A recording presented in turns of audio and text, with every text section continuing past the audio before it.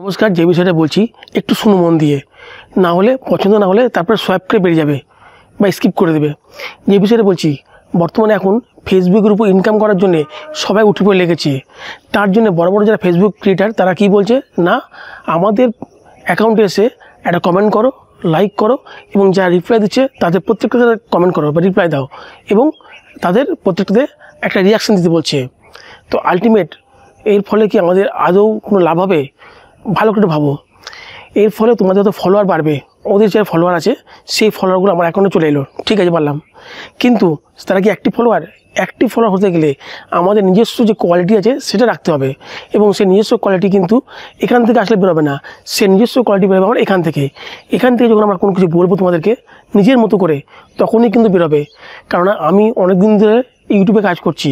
ইউটিউবে কাজ করার পর আমি আমার প্রথম পেমেন্টটা পেলাম, ফার্স্ট পেমেন্ট পেয়েছি, কিন্তু তারপরে আবার নেক্সট পেমেন্ট কবে পাবো কোনো ঠিক নেই। সেই পরিপ্রেক্ষিতে আমি উপলব্ধি করে বলছি যে তোমরা যদি ইউটিউব বা এই ফেসবুকে কাজ করতে যাও তাহলে অন্যের পিছনে না ছুটে কমেন্টের পিছনে বা লাইকের পিছনে বা অন্যের যা ক্রিয়েটার কী বলছে তার পিছনে না ছুটে, হ্যাঁ ও কী বলছে, ও কেমন করে বলছে তা দেখো, দেখে নিজের মধ্যে সেটা ইমপ্লিমেন্ট করার চেষ্টা করো এবং নিজের যেটা অরিজিনাল সেটাকে অবশ্যই রাখতে হবে, দিয়ে সেটাকে তুলে ধরার চেষ্টা করো, তাহলেই কিন্তু তুমি এক জায়গায় দাঁড়াতে পারবে। আর না হলে অন্যের কমেন্টের উপর কমেন্ট করে বা লাইক করে বা কোনো কিছু করেই তুমি ফলোয়ার পাবে, কিন্তু আলটিমেট কিছু লাভ হবে না। আমাদের এই পৃথিবীতে 3 ধরনের মানুষ আছে, এক হচ্ছে ধনী, 2 হচ্ছে গরিব, আর 3 হচ্ছে মিডিল ক্লাস, যারা না ঘাটকা না ঘাটকা।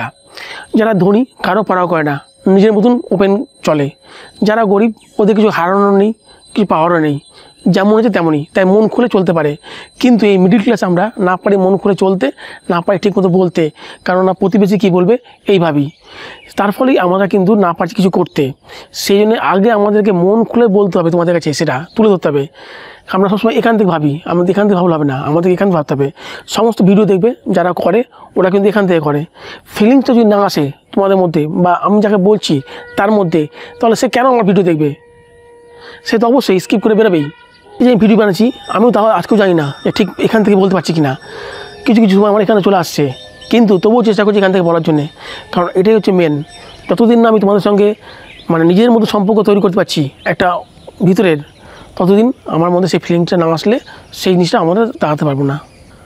আর এখন পর্যন্ত আমি জানি না ফেসবুক কাকে কত টাকা দিচ্ছে, কীরকম দিচ্ছে, কিন্তু আমার যা ধারণা এই বর্তমানে এখন কিছুটা যে ফেসবুকে থেকে ইউটিউবে কিন্তু কাজ করে অনেক সুবিধা, ওখানে আর্থিক ইনকামে অনেক বেশি সুবিধা রয়েছে।